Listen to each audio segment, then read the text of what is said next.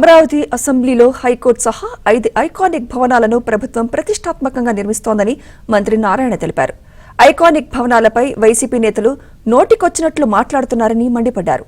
నిబంధనల ప్రకారమే నిర్మాణాలకు ఖర్చు చేస్తున్నామని తెలిపారు.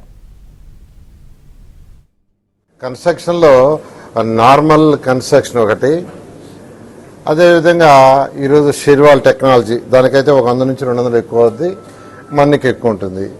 అయితే ఈరోజు అమరావతిలో కట్టే 5 భవనాలు ఏదైతే ఉన్నాయో టవర్స్, అది ఐకానిక్ టవర్స్. అదేవిధంగా అసెంబ్లీ ఏదైతే 250 మీటర్ల హైటు, ప్రజలు పైకి పోయి మొత్తం సిటీ మొత్తం చూసే ఏర్పాటు చేసేది. ఊరికి ఏదో ఆల్రెడీ కట్టిన అసెంబ్లీ ఏదైతే ఉందో అలా కాదు, ఇది it is N iconic.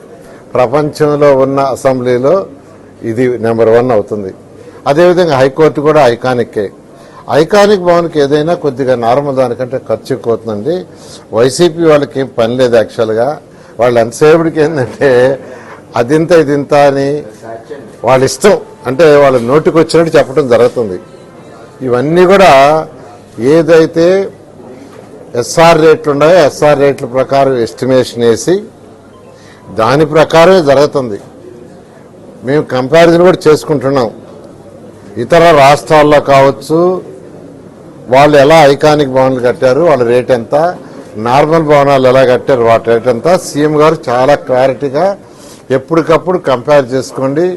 SR రేట్ల ప్రకారం చాలా స్ట్రిక్ట్గా ఫాలో అవుతుంది.